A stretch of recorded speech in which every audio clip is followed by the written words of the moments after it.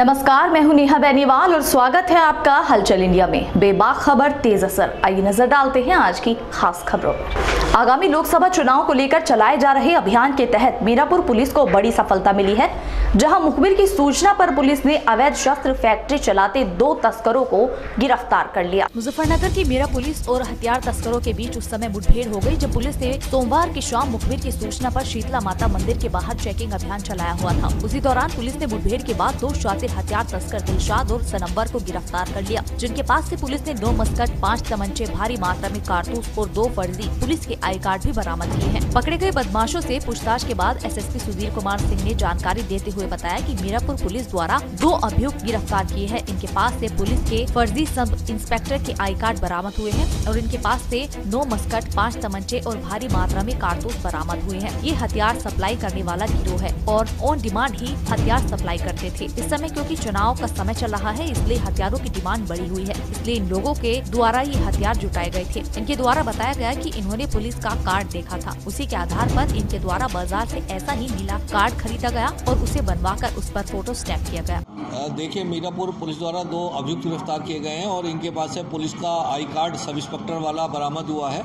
और इनके पास से पूछताछ में बहुत सारी 7 मस्कट, जिसमें 2 315 बोर की और 2 315 बोर की और 5 312 बोर की मस्कट बरामद हुई हैं। इसके अलावा 5 तमंचे भी इनसे बरामद हुए हैं और कारतूस इनसे बरामद हुए हैं। ये एक हथियार सप्लाई करने वाला गिरोह है और डिमांड ऑन डिमांड ये हथियार सप्लाई करता है। और इस समय क्योंकि चुनाव का समय चल रहा है, इनके द्वारा बताया गया इस समय डिमांड बढ़ी हुई है, बहुत सारे लोग हथियार की डिमांड कर रहे थे, इसलिए इन लोगों के द्वारा ये हथियार जुटाए गए थे। सर, पुलिस कार्ड कहाँ से बनाए? देखिए, इनके द्वारा ये बताया गया है कि इन्होंने पुलिस का कार्ड देखा था और उसी आधार पे इनके द्वारा बाजार से जो पुलिस कलर का जो कार्ड है वो खरीद के और उसे बनाया गया और उसे स्टैम्प किया गया।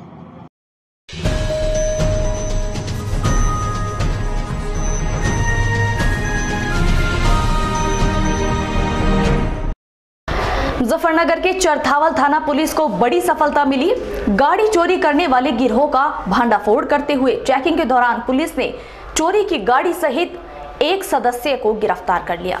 लोकसभा चुनाव के मद्देनजर चेकिंग अभियान चलाया हुआ था, तभी पुलिस को मुखबिर द्वारा सूचना मिली थी कि शहजाद और इरफान, जो कि लग्जरी गाड़ियां चुराकर उन्हें मॉडिफाइड कर उनके फर्जी कागजात बनाकर बेचने का काम करते हैं, जो चोरी की गाड़ियां लेकर चरथावल नहर की पटरी से होकर गुजरने वाले हैं। सूचना मिलने पर पहुंची पुलिस ने नहर की पटरी पर बैरिकेडिंग कर चेकिंग अभियान शुरू कर दिया। चेकिंग के दौरान पुलिस ने नहर की पटरी से 2 लग्जरी कार, क्रेटा और बुलेरो को रोक लिया। बुलेरो सवार दोनों बदमाश सुल्तान और इरफान गाड़ी को नहर की पटरी पर छोड़कर फरार हो गए, जबकि क्रेटा गाड़ी में सवार शहजाद को पुलिस ने गिरफ्तार कर लिया। पुलिस के पकड़ में आए शहजाद के पास से 2 लग्जरी कारों सहित 1 तमंचा और कारतूस भी बरामद हुए हैं। पुलिस ने पूछताछ के बाद शातिर वाहन चोर को जेल भेज दिया और फरार बदमाशों की तलाश में जुट गई है। देखिए, चरथावल पुलिस द्वारा 2 अभियुक्तों को गिरफ्तार किया गया है और इनके पास से 2 गाड़ी, एक बुलेरा और क्रेटा गाड़ी बरामद की गई है।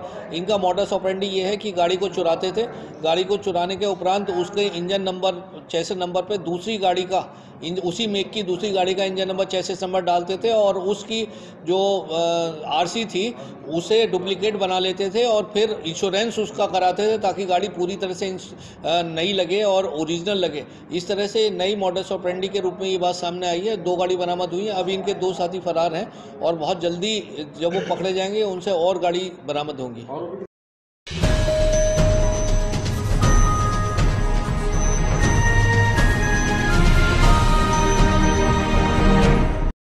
मुजफ्फरनगर के थाना चरथावल क्षेत्र में चोरों ने जमकर तांडव मचाया, जहां चोरों ने खेतों से किसानों के डीजल के इंजन चोरी कर लिए। मामला जनपद मुजफ्फरनगर के चरथावल थाना क्षेत्र का है, जहां पिछले कई दिनों से चोरों के हौसले बुलंद नजर आ रहे हैं। बेखौफ चोर एक के बाद एक चोरी की वारदात को अंजाम दे रहे हैं। अभी 4 दिन पहले ही चरथावल कस्बे से बिजली की चलती लाइन से ट्रांसफार्मर चुरा लिया गया था और लगभग 15 दिन पहले मथुरा गांव से किसानों के इंजन चोरी कर लिए गए थे, जिसका अब तक कोई सुराग नहीं लग पाया है। बीती रात फिर नगला रई गांव के पास किसानों के खेत से डीजल के इंजन चोरी कर लिए गए। किसानों का आरोप है कि पुलिस कोई ठोस कार्रवाई नहीं करती है, जिसकी वजह से क्षेत्र में बार बार चोरी की वारदात हो रही है। किसानों ने चरथावल थाने पहुंचकर तहरीर दी है। वहीं थाना प्रभारी राजीव कुमार ने किसानों को आश्वासन दिया कि जल्द ही चोरी का खुलासा कर दिया जाएगा। मामला ये है, शाम के वक्त खेत से काम करने के बाद घर चले गए और सुबह खेत पे जब आए तो हमारा इंजन खेत से चोरी कर लिया गया। इसकी सूचना आपने दी पुलिस इसकी को? सूचना हमने पुलिस चरथावल थाने को दी और पुलिस मौके पर पहुंचकर आश्वासन दिया और इस मामले की तहकीकात चल रही है। ये हमारे दोनों भाइयों के इंजन धरे थे, एक का इधर धरा था, एक का इधर धरा था जी।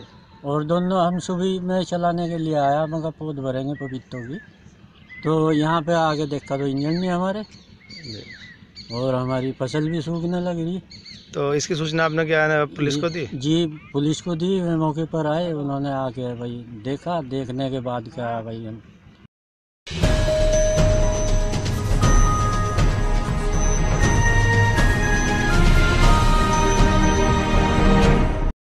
बागपत के शहर कोतवाली पुलिस ने लोकसभा चुनाव को लेकर चलाए जा रहे चेकिंग अभियान के दौरान 200 पेटी अवैध शराब के साथ एक तस्कर को भी गिरफ्तार कर लिया।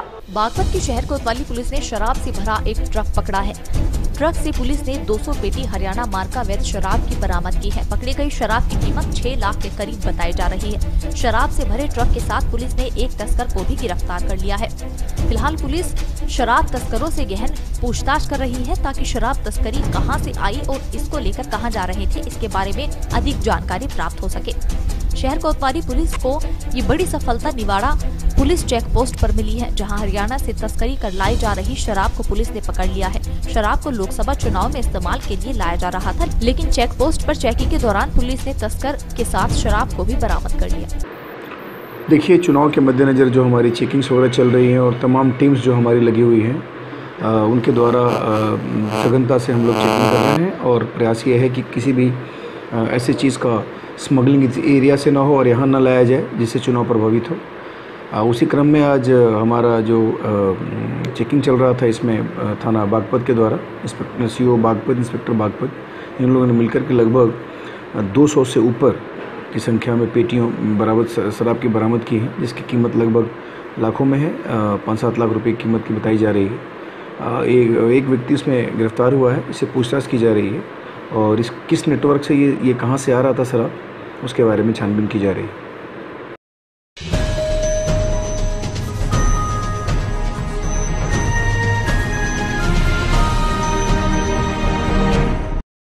जाट आरक्षण संघर्ष समिति इन दिनों एंटी बीजेपी हो चली है।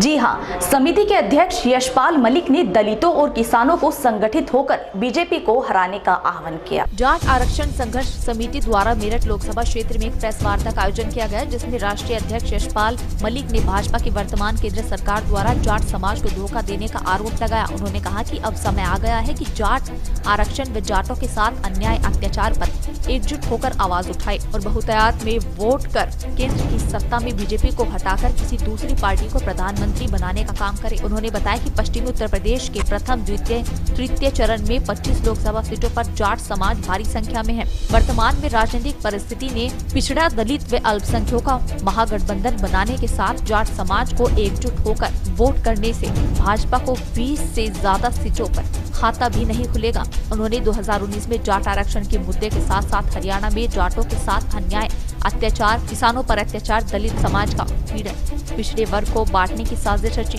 अल्पसंख्यकों के साथ भेदभाव, बीजेपी की नीतियों का लोकसभा 2019 के चुनाव में मुद्दा बनाने के लिए आह्वान किया। अखिल भारतीय जाट आरक्षण संघर्ष समिति द्वारा जो जाट आरक्षण को लेकर आंदोलनरत है, उसके द्वारा इस प्रेस वार्ता का आयोजन किया गया, क्योंकि जो प्रधानमंत्री ने 26 मार्च 2015 को वादा किया था और अमित शाह जी ने विधानसभा चुनाव 2017 से पहला वादा किया था कि जाट आरक्षण दिया जाएगा, और हरियाणा के जाटों के साथ जो अन्याय किया, जिस तरह से वहाँ जाट और गैर जाट को लड़ाने का काम किया, 2 मुद्दों को लेके जाट समाज नाराज है और उसी मुद्दों को लेके हम लोग घर घर जा रहे हैं और बीजेपी के कैंडिडेट को हराने में जो सक्षम है उस कैंडिडेट का सपोर्ट कर रहे हैं सीट टू सीट।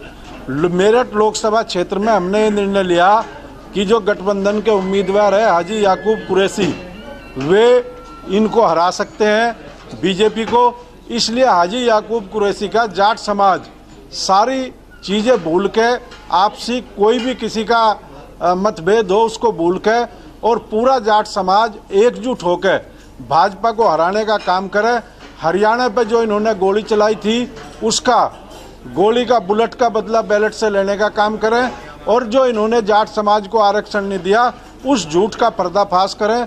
जिस तरह से इन्होंने युवाओं को बहकाया रोजगार के लिए, जिस तरह इन्होंने किसानों को बहकाया दुगने दाम करने के लिए, जिस तरह इन्होंने दलितों का उत्पीड़न किया, जिस तरह मुसलमान भाइयों को डराने का काम किया, जाट समाज अगुवाई करके सब वर्गों को साथ लेकर बीजेपी को हराने का काम करे, इसके झूठ का पर्दाफाश करे। पूरे देश में बीजेपी के लिए विरोध में, पूरे देश में विरोध में है, लेकिन सीट टू सीट, जैसे राजस्थान में कुछ और कैंडिडेट होंगे, गठबंधन नहीं होगा, दिल्ली में कुछ और कैंडिडेट होंगे, मध्य प्रदेश में कुछ और होंगे, मानवेंद्र जी जा रहे हैं अभी उत्तराखंड में, ये वहाँ अलग तरह के कैंडिडेट होंगे, कांग्रेस के कैंडिडेट हो सकते हैं। अलग अलग सीट पे अलग अलग कैंडिडेटों को जो हराने में सक्षम है, उसके लिए लगभग 70 से 80 लोकसभा सीट जाट के कारण हारेंगे। ये सूचना हमने सब इंटेलिजेंस को भी दे दी है। सारा रिकॉर्ड किस सीट पे हम क्या प्रभाव डालेंगे ये भी बता दिया गया है।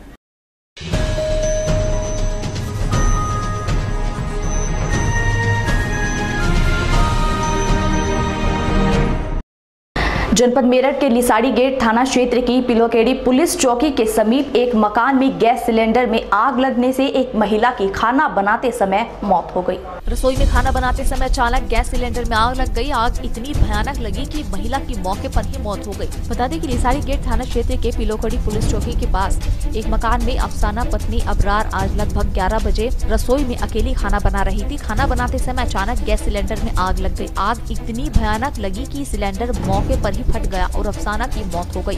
घरेलू सिलेंडर फटने से घर में आग लगी। आग लगने से घर में मौजूद अफसाना की मौके पर ही मौत हो गई। घर में अकेली अफसाना ही थी। जिस वक्त सिलेंडर फटने की सूचना पुलिस को मिली, वहीं मौके पर पहुंची पुलिस ने मृतक महिला का शव बाहर निकाला और जांच में जुट गई। थाना लिसाड़ी गेट क्षेत्र के पिलोकड़ी चौकी ढलाई वाली गली का यह मामला है।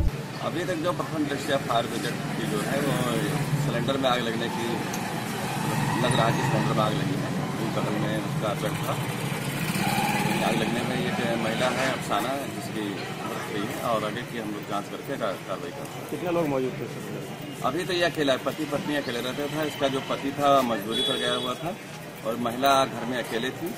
तो आगे की हम लोग जांच कर रहे हैं कि इसमें किस प्रकार से और कैसे लगा। फायर ब्रिगेड की टीम हमारी लगी हुई है, हम लोग इसमें लगे हुए हैं। मकान मालिक था या किराएदार?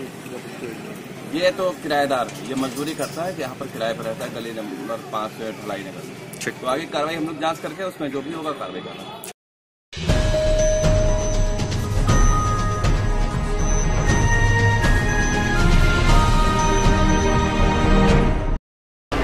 जनपद सहारनपुर के ब्लॉक गंगोह में लॉयंस क्लब द्वारा अब तक 1820 मरीजों का निशुल्क मोतियाबिंद ऑपरेशन सफलतापूर्वक कराया जा चुका है और यह मुहिम लगातार जारी है।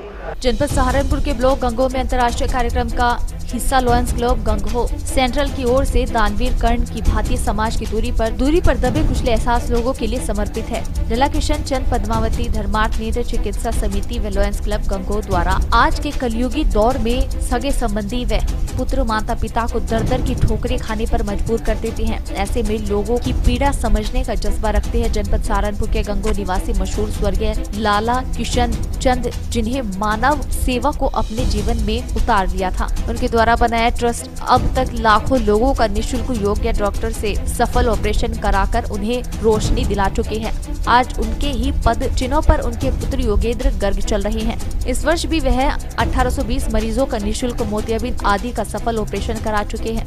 आज भी उन्होंने एक बस द्वारा 70 मरीजों को लॉयंस क्लब के सौजन्य से लॉयंस आई हॉस्पिटल गाजियाबाद के लिए रवाना कर दिया, जहां उन्हें ऑपरेशन के साथ साथ लेंस प्रत्यारोपित किए गए। बताया जाता है कि लाला किशन चंद द्वारा बनाए गए इस ट्रस्ट में हर वर्ष क्षेत्र ही नहीं हरियाणा, पंजाब, उत्तराखंड आदि राज्यों से लोग अपना रजिस्ट्रेशन कराकर मुफ्त ऑपरेशन का लाभ उठा रहे हैं। योगेंद्र गर्ग ने बताया कि मानवता के लिए वह अपने पिता की भांति समाज में दबे कुचले लोगों के लिए तन मन धन से समर्पित है। लायन आई हॉस्पिटल गाजियाबाद द्वारा किए जाते हैं। लायंस क्लब गाजियाबाद वहाँ पे पूरा सहयोग करता है और कोई चार्ज वहाँ पे कोई धनराशि किसी मरीज से नहीं ली जाती। ये हमारा अंतर्राष्ट्रीय कार्यक्रम है लायंस का कि हमें हर व्यक्ति को दृष्टि देनी है और इसमें हमारे बड़े भाई योगेंद्र जी का पूरा सहयोग रहता है। पूरा यहाँ से आने जाने का साल में 3 कैंप हम लोग ऑर्गेनाइज करते हैं।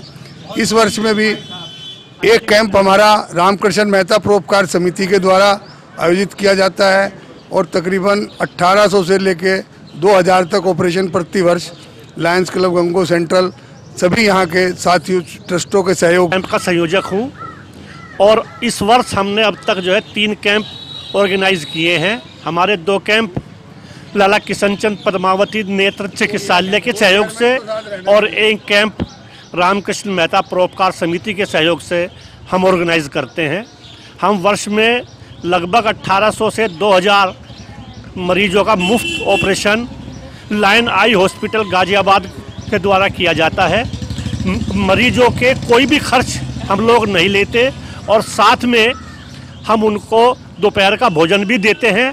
आज हमारा अंतिम ये गाड़ी जा रही है, इसमें 69 पेशेंट आज हम भेज रहे हैं जो अपने आँख का ऑपरेशन वहाँ से करा के आएंगे। लगभग 50 सालों से लाला किशनचंद जी के द्वारा शुरू किया गया था और अब ये 67वां कैंप है जिसमें लगभग 50,000 से ऊपर के ऑपरेशन मुफ्त एक भी पैसा बिना खर्च किए लग रहा है। और अब ये कैंप जो है 10 साल से लगभग 12 साल से हमारे लायंस क्लब गंगो सेंट्रल की तरफ से उनका सहयोग इस कैंप के द्वारा किया जाता है और उन्हीं के मेहनत से ये कैंप जो है संपन्न होता है। इस कैंप के संयोजक लाला किशनचंद धर्मान निकचालय के उनका पुत्र योगेंद्र गर्ग अब इस कैंप को आगे करने के लिए तन मन धन से हमेशा सेवा के लिए रहूँगा और मैं यही प्रार्थना करूँगा जितने मरीज इसमें जाते हैं हमारे क्षेत्र में कोई गरीब कोई ऐसा ऐसा व्यक्ति कोई ऐसा पेशेंट ना मिले जो बिना रोशनी के रहे। हर आदमी को रोशनी देने का काम हमारा कर्तव्य है और कर्तव्य बना रहेगा हमेशा के लिए।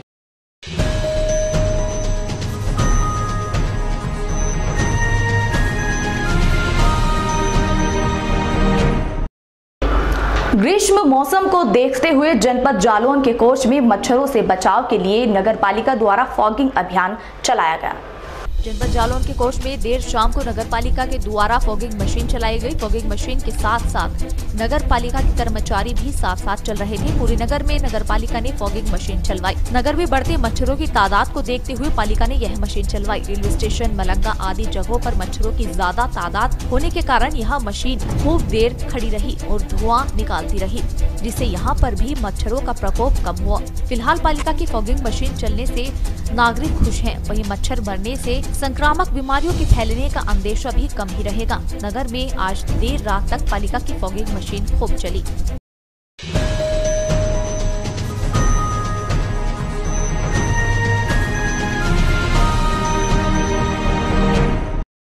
कैराना लोकसभा सीट की गंगो और नकुड़ विधानसभा क्षेत्रों में पुलिस व अर्धसैनिक बलों ने फ्लैग मार्च निकाला।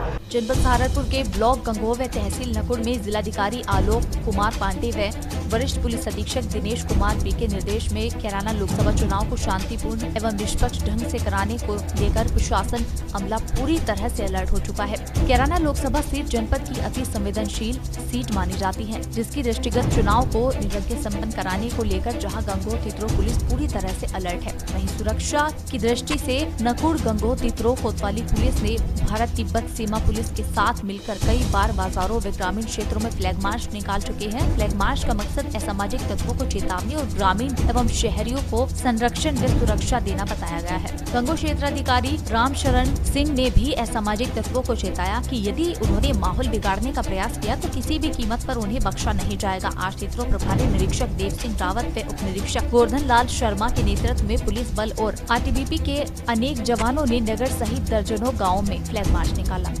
लोकसभा सामान्य निर्वाचन 2019 संपन्न कराए जाने हेतु लोकसभा क्षेत्र 02 कैराना के अंतर्गत सम्मिलित विधानसभा क्षेत्र 02 नकुड़ में स्वतंत्र और निष्पक्ष चुनाव कराए जाने के लिए जिलाधिकारी महोदय द्वारा धारा 144 पूर्व में ही लागू कर दी गई है और अन्य निरोधात्मक कार्रवाइयों के अंतर्गत धारा 107(16) में अब तक 7,896 व्यक्तियों को नोटिस निर्धारित किया गया है, जिसमें से 2,945 व्यक्तियों का मुचलका पाबंद कर दिया जाए। 2-4 दिनों के अंदर अन्य सभी व्यक्तियों को ही मुचलका पाबंद कर दिया जाएगा। और सभी मतदाताओं से यह अनुरोध है और उनसे यह अपील है कि बिना किसी के प्रलोभन में आए हुए, बिना किसी से डरे हुए वो स्वतंत्र व निष्पक्ष मतदान करें। अगर किसी को कोई समस्या है तो कृपया मेरे दूरभाष संख्या 94 54 41 69 73 पर अवगत कराएँ। और मैं सभी से अपील करता हूं और अपेक्षा आशा करता हूं कि हम ये इस चुनाव में मतदाता बिना किसी से प्रभावित हुए, बिना किसी लोभ लालच में आए हुए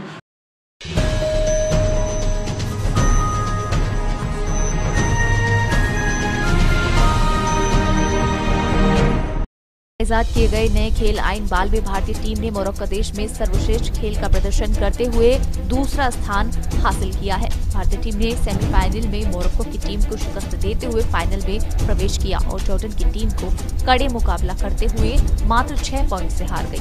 यह चैंपियनशिप मोरक्को में आयोजित की गई थी। इस चैंपियनशिप में 10 देशों की टीम ने हिस्सा लिया था। यह जानकारी आईबॉल फेडरेशन ऑफ इंडिया के अध्यक्ष प्रताप सिंह चौहान ने एक प्रेस वार्ता के जरिए दी। इस मौके पर भारतीय टीम के खिलाड़ी भी मौजूद रहे। आज ये प्रेस कॉन्फ्रेंस रखने का मकसद हमारा ये था कि हम पिछले 5 सालों से काम कर रहे हैं देश भर में। आइन बॉल जो एक नया गेम है, आइन अरेबिक में आइन को आँख कहते हैं। कंसंट्रेशन और कोऑर्डिनेशन पे जो गेम पूरा बेस्ड है। अफ्रीका से ये खेल आया है। यूटी फाउंडेशन हमारी जो संस्था है इसको इंडिया में लेके आई और आइन बॉल फेडरेशन ऑफ इंडिया की स्थापना उन्होंने करी। तो ये गेम का इंटरनेशनल चैंपियनशिप अभी मोरक्को में हुई थी। उस इंटरनेशनल चैंपियनशिप में भारत की टीम ने भागीदारी करी और न केवल वहाँ पे भागीदारी करी बल्कि उन्होंने बहुत ही अच्छा खेल दिखाया। उन्होंने अपने सारे लीग मैच जीते। सेमीफाइनल में उन्होंने मोरक्को जो होस्टिंग कंट्री थी, जिन्होंने इस गेम को इन्वेंट किया है, उनको उन्होंने परास्त किया और फिर फाइनल में जॉर्डन की टीम के साथ मुकाबला हुआ। बहुत ही करीबी मुकाबला था। 6 पॉइंट से टीम इंडिया वहाँ पर हारी। सेकेंड पोजीशन इस चैंपियनशिप में रही। उसी के लिए प्रेस कॉन्फ्रेंस रखी गई है कि जो खिलाड़ियों ने इतना अच्छा प्रदर्शन किया है, एक नए खेल में इंडिया जो क्रिकेट डोमिनेटिंग कंट्री है उस देश में इतना अच्छा आइन बॉल इंटरनेशनल लेवल पे खिलाड़ी करके आए हैं, तो उसी के लिए प्रेस कॉन्फ्रेंस रखी गई है। क्या इसका मतलब है जी? जो खेल है जो, हाँ, वो क्या है, क्या मतलब है इसका? देखिए, खेल का तो एक ही मकसद होता है। जो भी खेल होते हैं उनका पहला मकसद होता है कि बच्चा फिजिकली फिट होना चाहिए। सीधा सा सिद्धांत है कि अगर फिजिकली आप फिट हो तो मेंटली भी आप अच्छा सोच पाओगे, अच्छी चीज़ें कर पाओगे, देश दुनिया और समाज के लिए अच्छी चीज़ें कर पाओगे। तो इसलिए मकसद हर देश का ये रहता है कि वो स्पोर्ट्स में बच्चों को आगे निकाले। उसके लिए सरकारें भी कोशिश करती हैं, स्पोर्ट्स स्ट्रक्चर को भी बढ़ाती हैं। और आप देखेंगे दुनिया की जो ताकतवर कंट्री हैं, अमेरिका, रसिया, चाइना, उनका स्पोर्ट्स स्ट्रक्चर इतना अच्छा है कि वो ओलंपिक्स में हमेशा आगे रहते हैं और इसीलिए उनकी कंट्री आगे है। तो ये खेल जो है आइन बॉल, ये वही है कि जो फिजिकली बच्चे को फिट करता है, मेंटली स्ट्रॉन्ग करता है, कंसंट्रेशन और कोऑर्डिनेशन पे पूरा बेस्ड है। इसमें 4 कलर्स होते हैं, green, blue, yellow, red. 4 colour की जर्सी पहन के प्लेयर्स खड़े होते हैं। 4 सर्कल में प्लेयर्स खड़े होते हैं, फ्रीज प्लेयर्स उनको बोलते हैं। उनके पीछे सेम 4 कलर की जर्सी पहन के 4 और प्लेयर खड़े होते हैं। तो एक टीम में 8 प्लेयर खड़े होते हैं और 4 प्लेयर साइड में खड़े होते हैं, सब्स्टिट्यूट जिनको बोलते हैं, एनी टाइम जो एक्सचेंज कर सकते हैं किसी भी प्लेयर के साथ। इस 8 प्लेयर्स की टीम के पीछे 4 कलर के बास्केट होते हैं, सेम 4 कलर के बास्केट होते हैं और नीचे 4 कलर की बॉल रखी रहती हैं। Same team, opponent team 8 players खड़े होते हैं और उनके पीछे भी 4 कलर के बास्केट और 4 कलर की बॉल होती हैं। जो रेफरी होता है उसके हाथ में 4 कलर के झंडे होते हैं, लाल, नीला, हरा झंडा। तो वो जिस झंडे को उठाता है रेफरी और सीटी बजाता है, वही कलर का प्लेयर, मान लो मैंने रेड पहना है तो रेड कलर का झंडा उठा तो रेड कलर का प्लेयर निकलेगा और रेड कलर की बॉल को लेके आएगा और अपने साथियों को पास देगा। तो पास करते टाइम जब वो पास करेगा तो पासिंग के पॉइंट्स मिलते हैं। तो अगर हाथ से उसने फेंक दिया अपने प्लेयर के पास तो 1 पॉइंट उसकी टीम को मिल गया, और फुट से अगर पास कर दिया तो 2 पॉइंट मिल गई, हेड से अगर पास कर दिया तो 3 पॉइंट मिल गए। तो हर एक पास पे 3-3 पॉइंट मिलते चले जाते हैं। हर एक प्लेयर को वो पास जाता है और लास्ट में सेम कलर की ड्रेस जो पहन के पीछे खड़ा हुआ है प्लेयर, वो सेम कलर के बास्केट में बॉल को डालता है। उसके 3 पॉइंट अलग मिलते हैं बास्केट करने के। बॉल अगर बास्केट नहीं हुई और नीचे जमीन पे गिर गई तो -1 पॉइंट मिल जाता है और फिर बॉल को वो वापस रखने जाता है। तो जो प्लेयर पहले बॉल को वापस रखता है उसको अलग से 3 पॉइंट मिलते हैं। इसका मतलब इसमें एथलेटिक्स भी प्लेयर होना चाहिए। सर, इस खेल से खिलाड़ी कैसे जुड़े और कैसे संपर्क है? खिलाड़ी, हम आइन बॉल से जुड़ने के लिए बहुत सीधा सा तरीका है। हमारी वेबसाइट है www.ainballindia.com। आइन बॉल मैं स्पेल कर देता हूँ, AAINBALL, ainballindia.com। हमारी वेबसाइट पे भी जा सकते हैं, यूट्यूब पे ये सारे मैचेस देखे जा सकते हैं। आयरन बॉल इंडिया यूट्यूब पे हमारा चैनल है, जितने भी मैच ये अफ्रीका में खेले गए सारे मैचेस वहाँ पे हैं, आप वहाँ पे देख सकते हैं। बच्चे समझ सकते हैं कि गेम क्या है, और अगर उनको इंटरेस्ट आता है तो वो हमसे साथ जुड़ सकते हैं, उनको ट्रेनिंग आगे दी जाएगी। आगे बड़ी बड़ी लीग्स इसमें हम स्टार्ट करने जा रहे हैं। कॉन्टैक्ट नंबर किसी तरीके का? हाँ, कॉन्टैक्ट नंबर, मोबाइल नंबर अगर आप जानना चाहते हैं तो 9911 955 109, 9911 955 109। फ़ोन आप करके मैसेज अगर प्लेयर्स अगर करेंगे तो उससे भी वो जुड़ सकते हैं। और website, Facebook, social networking sites हर जगह आपको मिल जाएगी। और हर जगह अगर आयरन बॉल इंडिया भी डालेंगे तो गूगल पे भी आपको बहुत सारी कवरेज हमारी मिलेगी। मीडिया ने ऑलरेडी हमारा जाने से पहले भी, और हर स्टेट मीडिया ने हमें अभी तक उठाया है, नेशनल मीडिया ने हमें अभी तक ज़्यादा नहीं लिया, लेकिन स्टेट मीडिया ने हर जगह हमें कवरेज दी है।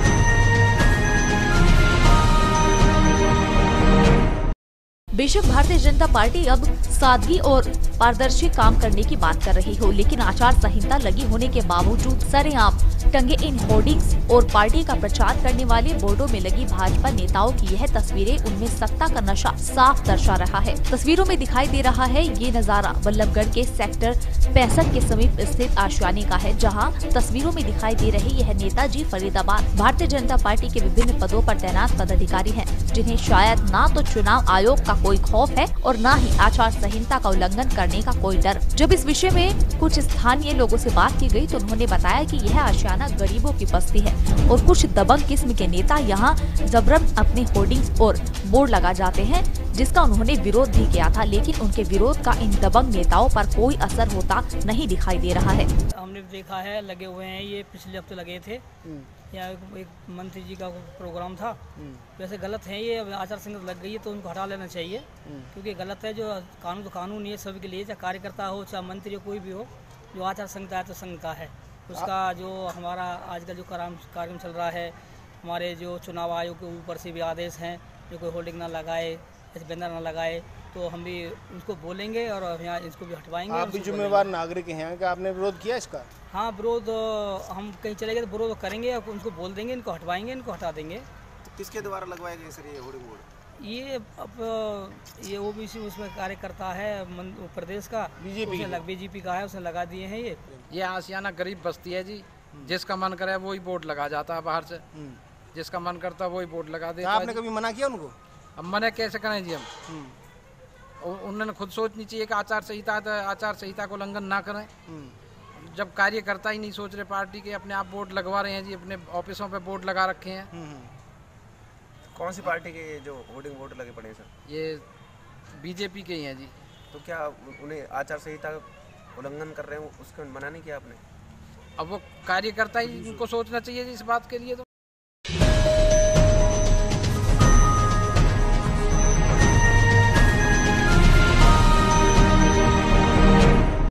झांसर में सोमवार की देर शाम पुलिस ने कस्बा निवासी स्टेशीचर को गिरफ्तार कर चालान किया। पुलिस सूत्रों के मुताबिक पकड़े गए बदमाश पर विभिन्न थानों में मुकदमे दर्ज हैं। लोकसभा चुनाव के मद्देनजर चलाए जा रहे धरपकड़ अभियान में चुनाव को शांतिपूर्ण संपन्न कराने के लिए क्षेत्र में पुलिस ने वंचित व शातिर अपराधियों को धरपकड़ के लिए जोरदार अभियान चला रखा है।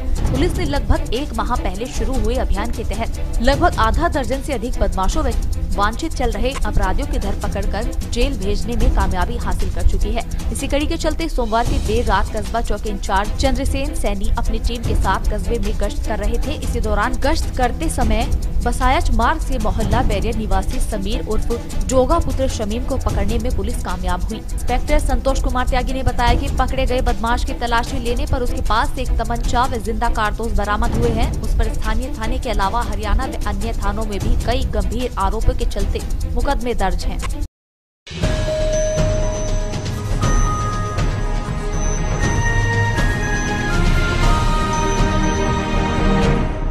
रोहिणी पुलिस अधीक्षक स्वामी प्रसाद के दिशा निर्देश में अपर पुलिस अधीक्षक अवधेश सिंह के नेतृत्व में गोहन थाना अध्यक्ष आनंद कुमार पांडे ने वाहन चेकिंग चलाकर अपराधियों के विरुद्ध सघन अभियान चलाकर 2 बाइक चोरों को गिरफ्तार किया। पुलिस को मिली एक बड़ी सफलता। गोहन पुलिस ने वाहन चोरों के शातिर गिरोह का भंडाफोड़ किया। इसमें 2 वाहन चोर असलहों के साथ गिरफ्तार किए गए। आज पुलिस कार्यालय में पुलिस अधीक्षक स्वामी प्रसाद ने आज प्रेस वार्ता के दौरान जानकारी देते हुए बताया कि औरंगजेब उर्फ टाइगर निवासी अजीतापुर और बसंत तिवारी निवासी जमरेही सानी के खिलाफ बाइक चोरी का गिरोह चलाने की सूचनाएं मिलने पर गोहन के प्रभारी निरीक्षक आनंद कुमार पांडे ने मुखबिर की सूचना मिलने पर कड़ी मशक्कत के बाद दोनों बाइक चोरों को धर दबोचा, जिनकी तलाशी के दौरान इसके पास से 315 बोर, एक देसी तमंचा, 2 जिंदा कारतूस के साथ बरामद किया गया है। आरोपियों की निशानदेही पर 5 बाइक बरामद की गई है, जिनमें एक काले रंग की प्लेटिनिया और काले रंग की एक हीरो स्प्लेंडर मोटरसाइकिल में तीनों बिना नंबर की मोटरसाइकिल बरामद हुई।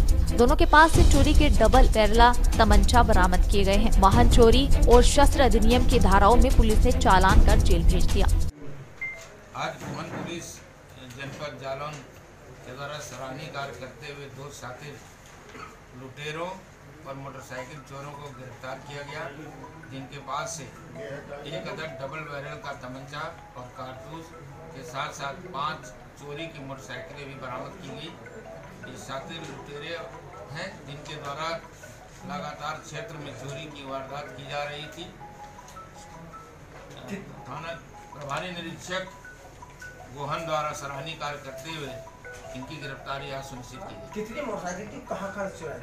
ये मोटरसाइकिलें 5 मोटरसाइकिलें हैं जो जनपद जालौन के अलग अलग भागों से चोरी की गई हैं और उसमें से एक मोटरसाइकिल कानपुर देहात से चोरी की गई है। कहाँ बेचते थे? ये जनता को बेचते थे, उरी में ही अपना कॉन्ट्रैक्ट निर्धारित करके कम दामों पर बहुत आसानी के साथ इसको बेच देते थे। अंतरजनपदीय चोर है सर? ये अंतर जनपदीय चोर है। कानपुर से भी इनके द्वारा मोटरसाइकिल चोरी करके अपने जनपद में लाया गया है।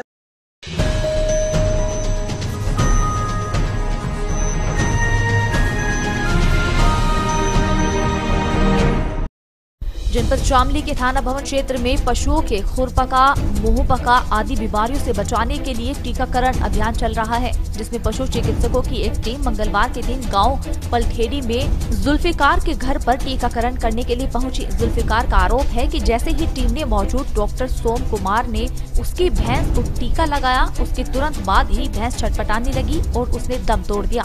भैंस के दम तोड़ते ही जुल्फिकार ने आसपास के लोगों को मौके पर बुला लिया। ग्रामीणों ने हंगामा काटते हुए टीम में मौजूद डॉक्टर नदीम, हरपाल, राजकुमार आदि को बंधक बना लिया और भैंस के मुआवजे की मांग करने लगे। जुल्फिकार ने बताया कि उसकी भैंस की लगभग 75,000 रुपए की कीमत है, जिसके चलते उसके मरने के बाद उसे नुकसान हुआ है। घंटों चली मान मनोबल के बाद भैंस का पोस्टमार्टम कराकर मुआवजा देने का आश्वासन पर ही ग्रामीणों ने स्वास्थ्य विभाग की टीम को बंधक मुक्त कराया। गाँव में टीकाकरण से भैंस की मौत होने के बाद लोगों ने अपने पशुओं को टीका लगाने से मना कर दिया। ये भैंस सरकारी आज में हुए थे, यहाँ से इंजेक्शन लगा रहे थे। जैसे मैंने इंजेक्शन लगाया, मैं गेट के बाहर नहीं निकले, जब मर गई। किस तरीके का इंजेक्शन लगाया? इतना लंबा जब दवाई ले रहे थे, मैं इंजेक्शन ले रहे थे लंबे लंबे। हम कहा इतने पढ़े लिखे थोड़े हैं, अपने हिसाब से लगा के लगाने के बाद 2-4 मिनट बाद मर गई। कौन लोग? सरकारी टीम आई हुई है। अच्छा, अब आप क्या चाहते हो? हम तो अपनी भैंस का मुआवजा चाहते हैं, गरीब आदमी हम कहाँ जाए। जब सोमा लगाया, बाहर की टीम आ रही थी सरकार की, मैं साल में 2 फ्री सोमा लगाते हैं, उन्हें काट देगा अपना, उन्हें सोमा लगा दिया। लगाते हैं 2 पेड़ आए जिनने गिल्ले मैच गिरी मर गई। अब आप क्या चाहते हो? अब जो मैच का तो अपना मौजा चाह रहा है, 70,000 की कीमत है, मौजा दे दो। ये टीका लगाने के बाद जब जैसे अगले घर में गए तो ये पीछे से आए फिर कि जी वो भैंस जो है छटपटा रही। इतने में हम उधर से टीका लगा गए, इतने में 2 मिनट का समय लिया, भैंस तुरंत मर गई। किस पशुधन प्रसार अधिकारी बिना इजाजत के टीका नहीं लगाया जी। मालिक से पहले पूछ करके टीका लगा। पिछले गांव में पूरे में अभी टीका लगा कर गए हैं, यहाँ शुरुआत की थी। ये तो देखो डॉक्टर साहब जो इंचार्ज जो पोस्टमार्टम करेंगे उसके बाद ही पता लग पाएगा सही। जैसे नहीं, ये ग्रामीणों का आरोप ये निराधार है कि भैंस टीके से मरी। इस चीज़ का क्लियर हम पोस्टमार्टम करने के बाद करेंगे। कारण में हमारी 4 टीमें थी और गांव के अलग अलग गलियों में गई थी, और जो एक टीम इनके घर पहुंची थी वो हरपाल और राजकुमार। तो डॉक्टर साहब ये क्या रीजन रहा कि जो टीकाकरण होते भैंस एक्सपायर होगी? नहीं, टीकाकरण से भैंस नहीं एक्सपायर होगी। ऐसा आरोप ग्रामीण लगा रहे हैं। ग्रामीण लगा रहे हैं, तो वो पोस्टमार्टम करेंगे, क्योंकि टीकाकरण हमारा 15 मार्च से चल रहा है और शामली में 5 ब्लॉकों में चल रहा है। डेली हर ब्लॉक में 4-5 टीमें कार्य कर रही हैं। तो इसमें ये नहीं कह सकते आपके टीकाकरण से मरा। ग्रामीण आरोप लगा रहे हैं ना। नहीं, अब ये चीज़ को अब तो पोस्टमार्टम करेंगे क्या रीज़न रहा।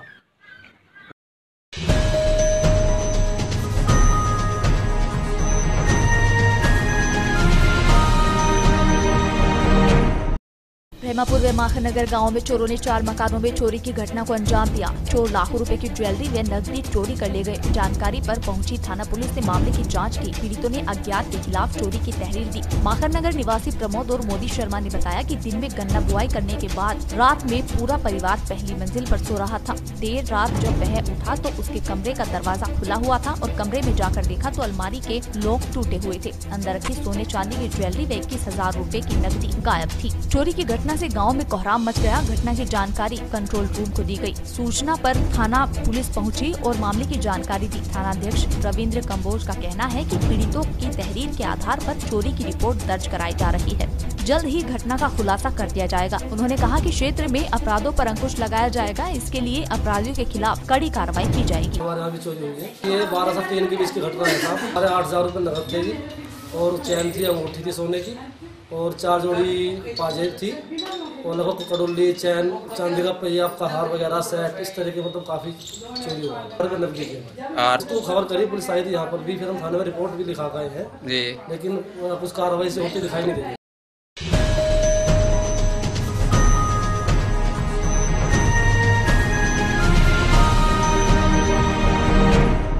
हलचल इंडिया में आज के लिए इतना ही। कल फिर हाजिर होंगे, तब तक के लिए नमस्कार।